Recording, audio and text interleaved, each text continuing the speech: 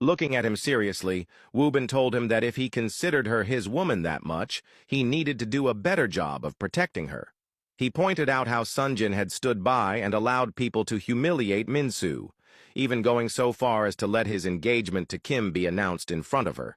Sunjin, feeling defensive, explained that he had no idea the engagement announcement would happen and that he had been just as shocked to see Minsu at the party. He assured Wubin that he was doing everything he could to protect her. Wubin stepped closer, his gaze sharp. If Sunjin was truly protecting Minsu, he wouldn't just stand there while his father treated her so terribly. He told him outright that he wasn't ready to have Minsu in his life and that if he wasn't willing to step up, he should let her go. Sunjin was taken aback by Wubin's words. He stared at his friend, wondering what had gotten into him. Frustrated, he told Wubin that he was doing his best, juggling the trauma of his brother's death while trying to be with Minsu. Wubin didn't back down. He reminded Sunjin that Minsu wasn't just dealing with his father's cruelty, but also the harsh reality of being a black woman living among Koreans, many of whom didn't see her as Korean enough. She needed someone who truly understood what she was going through and knew how to stand by her through it all.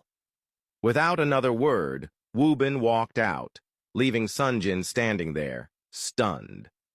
Sunjin walked upstairs and got into bed with Minsu, holding her in his arms as she slept. He looked at her, wondering if Wubin was right about his inability to protect her. As he sat there deep in thought, Minsu opened her eyes and looked at him, asking when he had arrived. Sunjin told her that it had been a while. He asked if she was okay, and added that he had been worried about her. Minsu replied that she was fine and admitted that it was her fault for not saying no to Yuna when she had asked her to come to the party. Pulling her closer, he told her that despite everything, he was happy to see her at the party.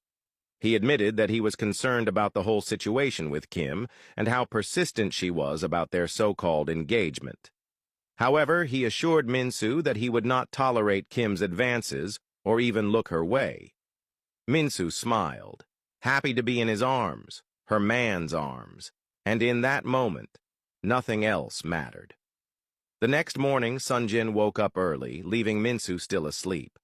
Sitting on the couch, he stared at his phone, Wubin's words still lingering in his mind.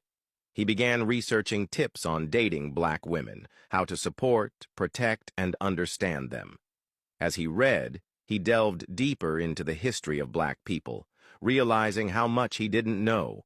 The more he learned, the more he understood that there was so much more he needed to do for Minsu. Minsu soon walked downstairs and sat next to him, asking why he hadn't woken her up.